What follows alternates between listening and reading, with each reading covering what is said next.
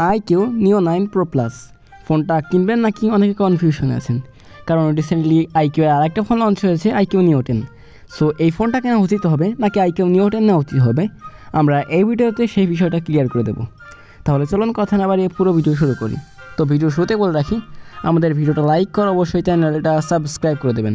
আমরা এই ভিডিওতে এই ফোনটার মেন বিষয় নিয়ে কথা বলবো। ফার্স্টে যদি ফোনটির ডিজাইন নিয়ে কথা বলি তাহলে বলা যায় যে এই ফোনের আর iQOO Neo 10 ফোনের দুটোর ডিজাইনই সেম, আর ডিজাইনটা পুরোপুরি আপনাদের উপর ছেড়ে দিলাম। আপনারাই কমেন্টে বলবেন যে ভালো লাগছে কি খারাপ লাগছে। ফোনটি নিচের দিকে আছে charging type C port, speaker, microphone এবং সিম ট্রে স্লট, এবং সাইডে পাওয়ার বাটন এবং volume up and down button. এবং এই ফোনটির উপরের দিকে আছে IR ব্লাস্টার সেন্সর এবং সেকেন্ডারি নয়েজ ক্যান্সেলেশন মাইক। ফোনটিতে ডিসপ্লে হিসেবে আছে 6.78 ইঞ্চির একটা LDPO অ্যামোলেড প্যানেল, যেটাতে 1 বিলিয়ন কালার সাপোর্ট করে, এবং এর রিফ্রেশ রেট 144 হার্টজ, এবং এর ব্রাইটনেস 1400 নিটস পিক ব্রাইটনেস, এবং এর PPI হলো 453 PPI। ডিসপ্লে এক কথায় ভালো লাগার মতো এবং সকলের কাছে ডিসপ্লে পছন্দ হয়ে যাবে, এবং পার্সোনালি আপনার কাছেও ডিসপ্লে দেখে অবশ্যই ভালো লাগতে বাধ্য। ফোনটিতে ক্যামেরা হিসেবে আছে দুটো শুটার, মেইন শুটার 50 মেগাপিক্সেলের এবং 50 মেগাপিক্সেলের একটা আলট্রা ওয়াইড শুটার, আর ফ্রন্ট ফেসিং ক্যামেরা 16 মেগাপিক্সেল। ক্যামেরার ছবির কোয়ালিটি আপনারা নিজেরাই দেখে বলুন যে কেমন লাগছে। ছবিতে ডিটেল পারফেক্ট আছে, এবং আপনি যদি 100টা ক্লিক করেন তার ভিতর থেকে 90টা ছবি পারফেক্ট লাইটে এবং পারফেক্ট কালারে পারফেক্ট ডিটেলে পাবেন। ক্যামেরায় ভিডিও রেকর্ড করা যায় সর্বোচ্চ 8K 30 FPS, এবং এর সাথে 4K 60 FPSও থাকছেই।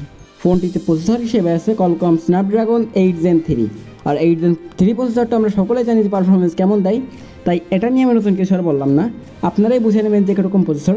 আমরা জানি এই প্রসেসরটা সকল ফ্ল্যাগশিপ ফোনে ইউজ করা হয়, আর এখানে 40 আমরা পেয়ে যাচ্ছি সেই প্রসেসরটা। ফোনটি গেমিংয়ে super smooth buttery smooth performance দিতে পারে, এবং ল্যাগ ফ্রেম ড্রপ এগুলো দেখা যায়নি, আর পারফরমেন্স অত্যন্ত সুন্দর গেমিংয়ে। আর এই ফোনটিতে হেভি গেমিং করার পরও কিন্তু ফোনটি বেশি হিট জেনারেট করতে দেখা যায়নি।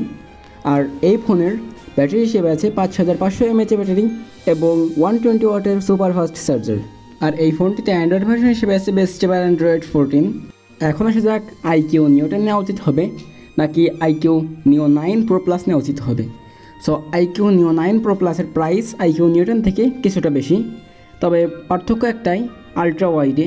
আর এই সামান্য পার্থক্যের জন্য আপনি শুধু 5000 টাকা বেশি খরচ করবেন কি জন্য? এই জন্য আমার হিসাবে iQOO Neo 10 ফোনটা নেওয়াই উচিত হবে। সমুদ্র এই ছিল ফুল ভিডিও ভালো লাগে লাইক করে অবশ্যই চ্যানেলটা সাবস্ক্রাইব করে দেবেন। দেখা হবে নতুন কোনো ভিডিওতে।